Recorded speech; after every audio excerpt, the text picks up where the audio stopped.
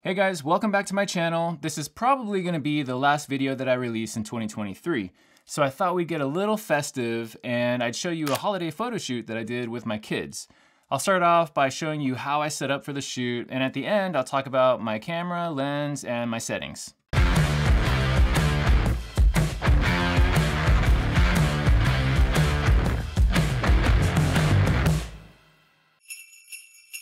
To start off with, let's talk about finding a place in your home to shoot. Now for me, this is probably the hardest part of the whole process, and not just for taking portraits, but in general.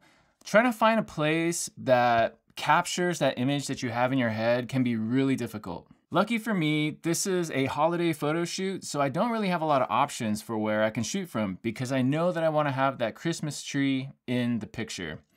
Now I could have taken the easy way out and used a backdrop, but I'm not really a fan of using backdrops, especially for small photo shoots like this. You know, they don't look as realistic and they don't look as authentic as a real background. And on top of that, you don't get that really nice separation and depth in your photo that you would with real background. Once you've decided on a location, you really need to start thinking about your composition. Now this is where you can really make your photos stand out amongst all those photos that you see getting pumped out every single year, where you have a family sitting in front of a tree or a backdrop and they all kind of look the same. So take your time with the composition and think of something very unique that will make your photo stand out. For this session, I could have easily just dropped the kids right in front of the tree and called it a day, but it really makes for a one-dimensional photo when you do that. It doesn't really tell much of a story, and on top of that, I really wanted the viewer's eyes to focus in on the kids and not this big overshadowing tree in the background. Instead, as you can see, I decided to put the tree off to the side of the photo and put the fireplace in the background. Now this allowed me to still include the tree, but not have it be overbearing, and it also allowed me to get a lot more depth in my image, and also freed up some space to strategically place a few more props in the image to tell a better story altogether. As for the main subjects, the box and the kids, I decided to put them in a more traditional lower thirds type of composition. Props are so extremely important, especially for a shoot like this. So the image that I had in my head was of the kids opening up this magical Christmas box, and because the box was like the centerpiece of the image, it needed to be pretty much perfect. So what I did was I took an old shipping box, probably from Amazon, and I wrapped it in a like faded, vintagey red kind of butcher paper. And then because I'm horrible with tying bows, I enlisted the help of my wife to tie that bow on the box, and she killed it. It came out perfect. The box was amazing. After I had the box dialed in, I strategically placed some of our family's favorite Christmas decorations throughout the scene. In the foreground, you can see our Elf on the Shelf and our train set. In the background, you can see a mailbox that I made, and you can see some of those little LED Christmas trees that add a nice little pop in the background. And then also in the background, you can see the stockings and the fireplace is on, which adds a lot of warmth and like a nostalgic feel to the image.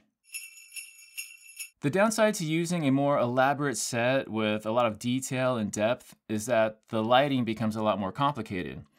If you were to just use a backdrop, you might be able to get away with one key light, for example, but this is not that simple, so let me walk you through it. The first thing I did was shut all of the blinds in the house and turn off all of the house lights because you want to be in 100% control of the lighting of the scene. Then, to make sure that the kids, the Christmas tree, the foreground were all nicely lit evenly with a soft light, I placed a continuous light with a 36-inch softbox on a C-stand. I placed it about 6 feet away from the kids and about 6 feet up, 45 degrees off axis of the camera, and probably about 45 degrees aiming downward. And the light was daylight balanced at 5600K. The next thing I did was use another continuous light with another softbox. I put it on a stand and placed it off to the left of the kids behind them, aimed at the back wall. Now what that allows me to do is balance the exposure of the background and the key light individually and dial those things in. Next, I placed a small light panel inside the box. I set the color temperature to be really warm, so that way it looks like a warm, comfortable, magical light coming out of this box. But you have to be really careful that if you do something like this, you don't overpower and overexpose the subject's faces, and you don't want to throw off the balance that you already set with your key light and your background light as well. The last thing I did was I went around and I turned on all of the little practical lights in the background and the foreground. So things like the Christmas tree lights, the little tiny LED Christmas trees in the background. I turned on the fireplace, which coincidentally was a nice kind of rim light, hair light, which gave a little bit of separation between the boys and the background. Another thing that I did was I also played around with lighting the box externally and not lighting it externally, and just played around with that. I think I got good results either way, but it was just fun to try that because lighting the box could really draw the viewer's eyes onto that box a little bit more. Oh, and I almost forgot, I did use a fog machine as well. Now the goal was to get a really hazy cinematic kind of look in the image where hopefully when the box was open and the light was coming out, you might be able to see some light rays coming out. Unfortunately, I didn't really achieve that effect. It did help with the mood of the scene, but I didn't get that actual special effect that I was looking for. In hindsight, I think it was the fog that I was using, the type of fog liquid that I was using. It just didn't hang around in the air long enough and disperse. I probably should have used one of those atmospheric aerosol spray cans. I think that probably would have worked a little better, but I'm still happy with the results. For this shoot, I used my Sony a7 IV and my Sony 70-200 G Master. The focal lengths that I was using most of the time were between 100 and 120 millimeters. Now, I know that that's a pretty long focal length to use indoors, but the compression that I got was amazing and it achieved the exact look that I was going for. I did have to back all the way up against one of the walls in my house to use that focal length, but it was totally worth it. At that focal length and at the distance that I was at from the subjects, I found that the perfect aperture setting for this photo shoot was f4. Now, I wasn't trying to completely obliterate the background and foreground, especially because I put so much time in curating what the scene should look like. You really want the viewer to be able to appreciate those things, as it really helps tell the story and set the stage for the scene that you're trying to put together. For this shoot, I was really just using depth of field as a way to draw focus into the main subject of the photo and to give a little dreamlike quality to the background and foreground. The camera was set to the base ISO of 100 and I manually set my white balance using a white balance card. Shutter speed was a little more tricky for this photo shoot.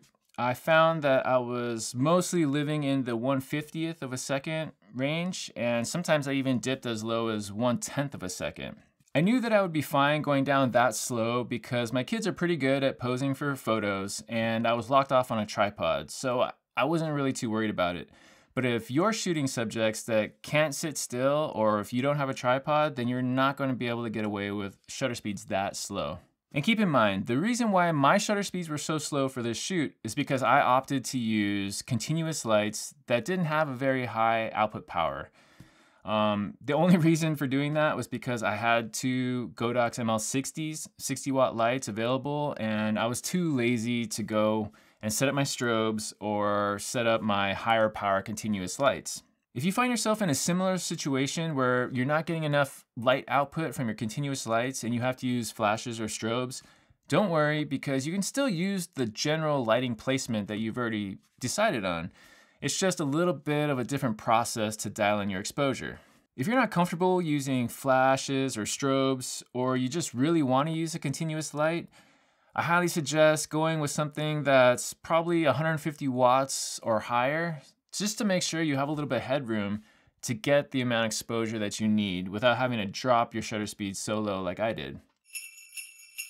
A few final thoughts. Really think about what you want your subjects to wear. If it's a shoot like this, you don't want your subjects to wear something too colorful or too crazy because it'll detract from the entire scene. People will focus on their clothes instead of what's the overall look and feel of your image. Now, obviously, if you're shooting for fashion and the clothes are the main subject of the photo, then forget what I just said.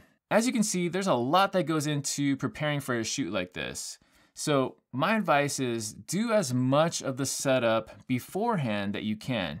Dial in your lights, dial in your settings, try to get everything as close to right as possible before your subjects are ready to shoot. Kids, pets, pretty much anybody that's not a professional model loses patience really, really easily. And I find that photos always come out the best when the subjects are still in a good mood. Well, that's all I have for you guys today. I hope this video helps spark some ideas for portraits that you can do at home. And I hope it also shows you that you don't need a big fancy studio to get portraits done. If this is your first time here, my name is Matt, and I make videos about photography, video, gear, reviews, all that good stuff. So if you liked what you saw and you don't want to miss out on any future content, please consider liking and subscribing. It helps me out a lot.